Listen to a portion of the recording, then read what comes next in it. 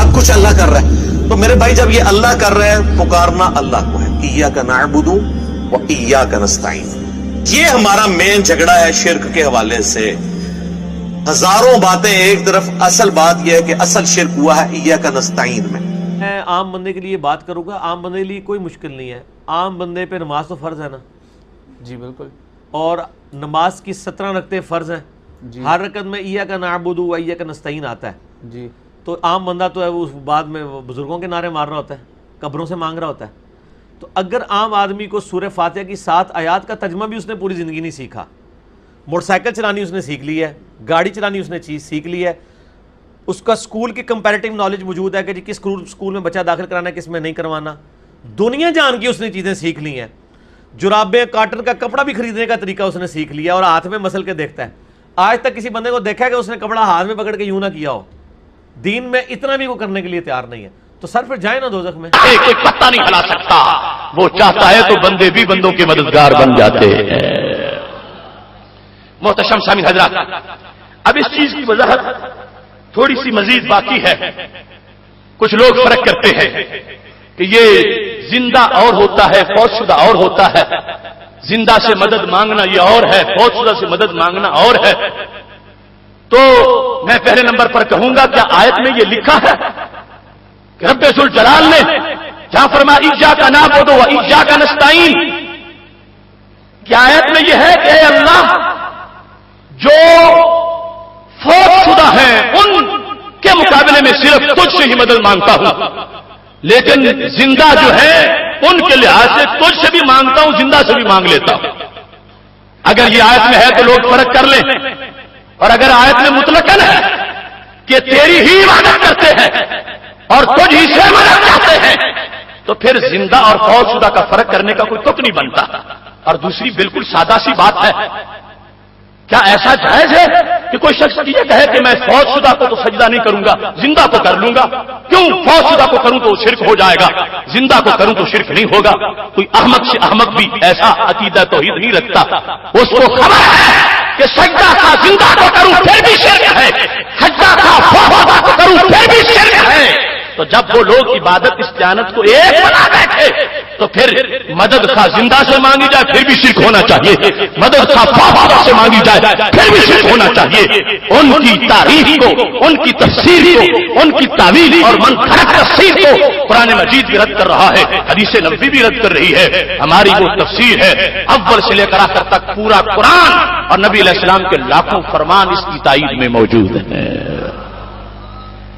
اس واسطے کوئی ایسی بات نہ کرے، اور اگر کوئی کرتا ہے تو اس کا علاج بھی ہمارے پاس ہے کہ محبوب علیہ السلام دنیا سے جا چکے تھے، وصال ہو چکا تھا، پھر بھی صحابہ نے مدد مانگی ہے، سرکار نے مدد کر کے دکھائی ہے.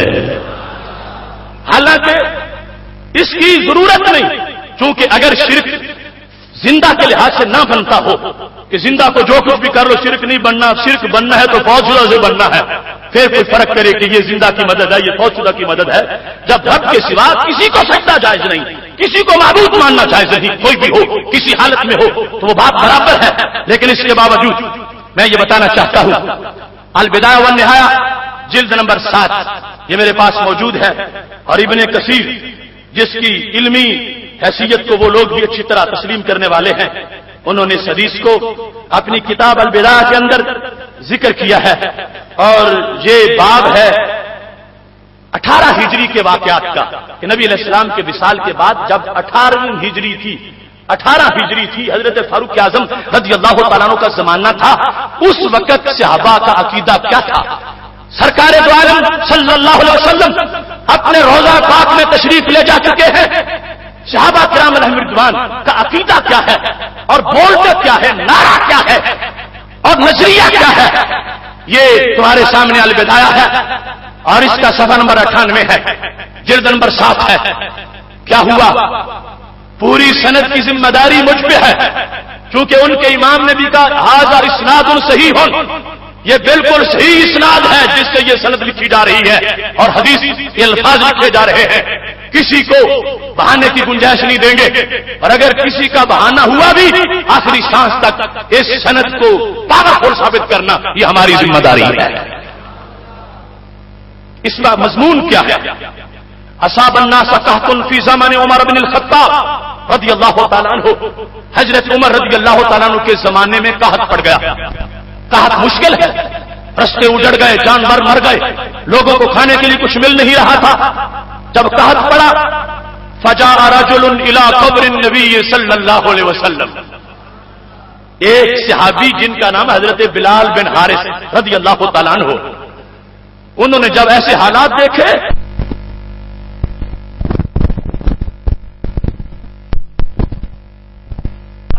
مگر کہاں آئے لب واہیں آنکھیں بند ہیں پھیلی ہیں جھولیاں، کتنے مزے کی بھیک تیرے پاس در کی ہے، اور میرے کریم سے گر قطرہ کسی نے مانگا دریا بہا دیے ہیں، دربے بہا دیے ہیں. آ گئے کہاں؟ جہاں جانے کو ہر ایک تڑپ رہا ہے. محبوب علیہ السلام کی دہلیز پر صحابی رسول صلی اللہ علیہ وسلم پہنچے، اور زمانہ کوئی دور کا نہیں، بھی تو 18 ہجری کی بات ہے، کوئی ان کو توحید بھول نہیں گئی، تازہ عقیدہ توحید ہے. گئے تو کہتے کیا ہے؟ قال یا رسول اللہ صلی اللہ علیہ وسلم. یہ سندے صحیح سے یا رسول اللہ صلی اللہ علیہ وسلم. آج اس لفظ کو سنتے ہی کچھ لوگوں کے دیے کا تیل ختم ہو جاتا ہے، اور اس کو لکھا دیکھ کر ہی کچھ لوگوں کے تیل بدل جاتے ہیں. میں مبارک دیتا ہوں ادارہ صراط مستقیم کے ان حضرات کو جنہوں نے شاہراہوں پہ لگا دیا یا رسول اللہ صلی اللہ علیہ وسلم آپ کی شان پہ جان بھی قربان. لوگ کھجوروں کو سلام کر رہے تھے اور روزہ پاک ان کو نظر نہیں آ رہا تھا. یہ کفارہ ادا کیا اس ادارہ کے ان حق پرست کارکنان نے کہ یہ بتایا کہ شان کس پہ قربان، جان کس پہ قربان کرنی ہے. یا رسول اللہ صلی اللہ علیہ وسلم. یہ بولا حضرت بلال بن حارث نے. نبی علیہ السلام کا وصال ہو چکا ہے، سرکار دنیا میں نہیں برزخ میں چلے گئے ہیں، اور دنیا اور برزخ میں کروڑوں میل کا فرق ہے. اگرچہ محبوب علیہ السلام کے لیے کوئی فرق نہیں، سب کچھ ہاتھ کی ہتھیلی پر رائی کے دانے کی طرح ہے، مگر بولنے والا تو دنیا میں ہے، اور نبی علیہ السلام قبر میں موجود ہیں. کہتا کیا ہے، بولتا کیا ہے، نعرہ کیا ہے؟ وہ نعرہ جو سنی تیرے جلسے میں لگتا ہے، وہ نعرہ جو تیری مسجد کی محراب پہ لکھا ہے، وہ نعرہ جو تیرے سینے پہ لکھا ہے، اور وہ نعرہ جو حور و غلمان کی جبینوں پہ لکھا ہے، اور وہ نعرہ جو عرش کے تاج پہ لکھا ہے یا رسول اللہ صلی اللہ علیہ وسلم. اتنا ہی کافی تھا، مگر مزید عقیدہ واضح کیا. کہتے ہیں اس تسکیل امتک، اس تسکیل اللہ لامتک فانہم قد ہلکوا. میں درخواست لے کے آیا ہوں محبوب، اللہ سے امت کے لیے بارش مانگو، امت تو ہلاک ہونے تک پہنچ گئی ہے. کون بولے؟ صحابی بولے. کہاں بولے؟ مدینہ شریف میں نبی علیہ السلام کی دہلیز پر.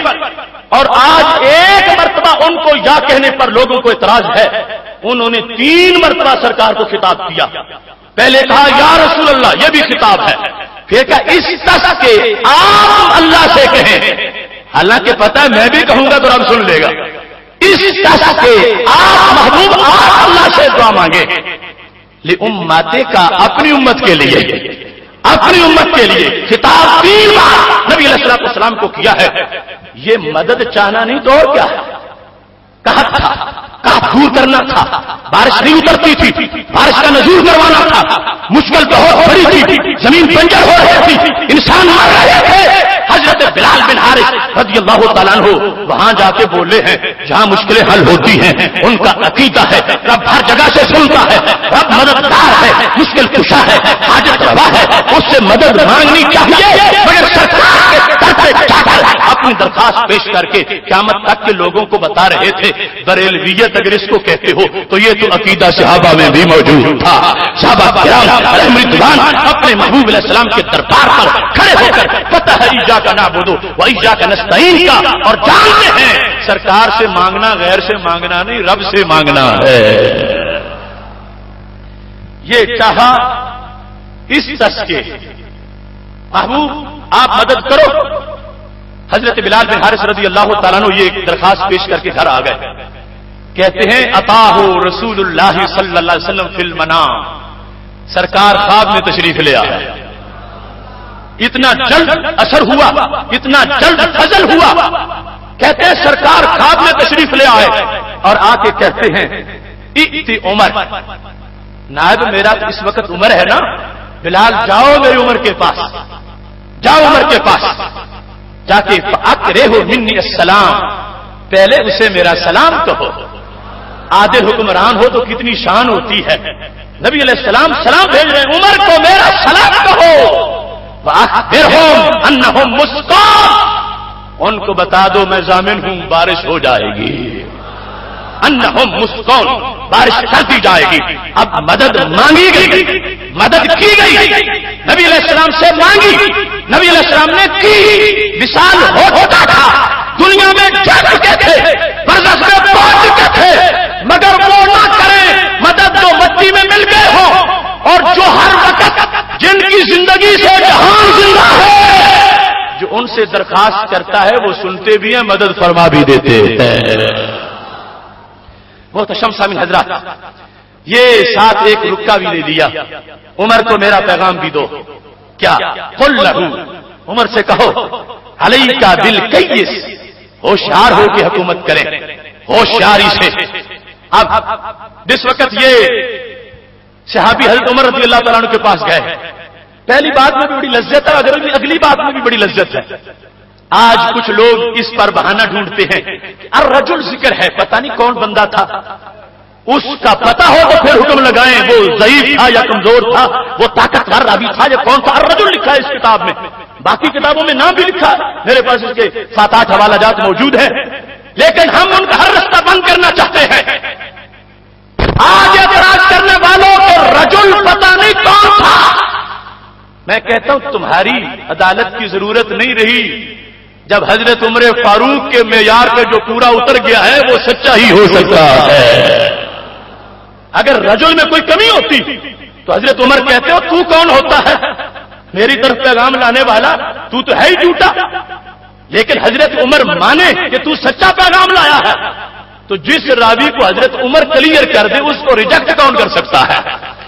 اب بات ہے حضرت عمر تک، سند ان تک پہنچ رہی ہے ڈائریکٹ، حضرت عمر کے جو خازن ہیں وزیر خزانہ وہ حضرت عمر سے روایت کر رہے ہیں، اور رجل تو درمیان میں آ گیا، اگر تقاضے پورے کرنے تھے تو حضرت عمر نے پورے کرنے تھے کہ بندہ سچا ہے یا جھوٹا ہے، بات کمزور ہے یا صحیح ہے، تو انہوں نے پورے کر لیے۔ کس طرح؟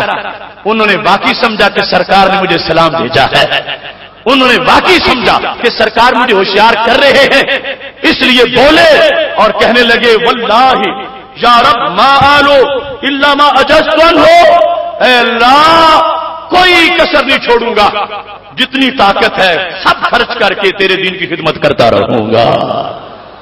میرے بھائیوں، اگر یہ توحید کی تعریف ہوتی اور اس دیانت کی جو ان لوگوں نے کی ہوئی ہے تو حضرت عمر سے بڑا سخت انسان کون ہے دین کے مسئلے میں؟ سب سے پہلے تو وہ کلاس لیتے اس رجل کی، کہتے تجھے ہوش نہیں کہ مانگنا کہاں سے ہے اور ملتا کہاں سے ہے، تو کدھر چلا گیا، تو نے رب کو آواز دینی تھی، تو نے یا رسول اللہ کیوں کہا؟ حضرت عمر رضی اللہ تعالیٰ عنہ نے یہ ایک جملہ بھی نہیں بولا، تنقید نہیں کی، ان کی تعریف کی ہے کہ تو نے اچھا ہے جا کے درخواست پیش کر دی ہے۔ یہ ان کی طرف سے حضرت عمر رضی اللہ تعالیٰ عنہ کی طرف سے رد نہ کرنا یہ اس بات کی دلیل ہے، صحابہ کا یقین ہے عبادت کسی لحاظ سے بھی اللہ کے سوا کسی کی نہیں۔ جہاں تک مدد کا معاملہ ہے تو اللہ کے نبی بھی اللہ کے اذن سے مدد کرنے والے ہیں۔ بہت شمس حضرات، اس بات کی تھوڑی سی تفصیل ابھی باقی رہ گئی ہے، میں سمجھتا ہوں کہ ٹائم کافی ہو رہا ہے، لیکن یہ پھر ادھار رہ جائے گا، اور پھر ادھار آخر ادھار ہے، پتہ نہیں پھر موقع ملے یا نہ ملے۔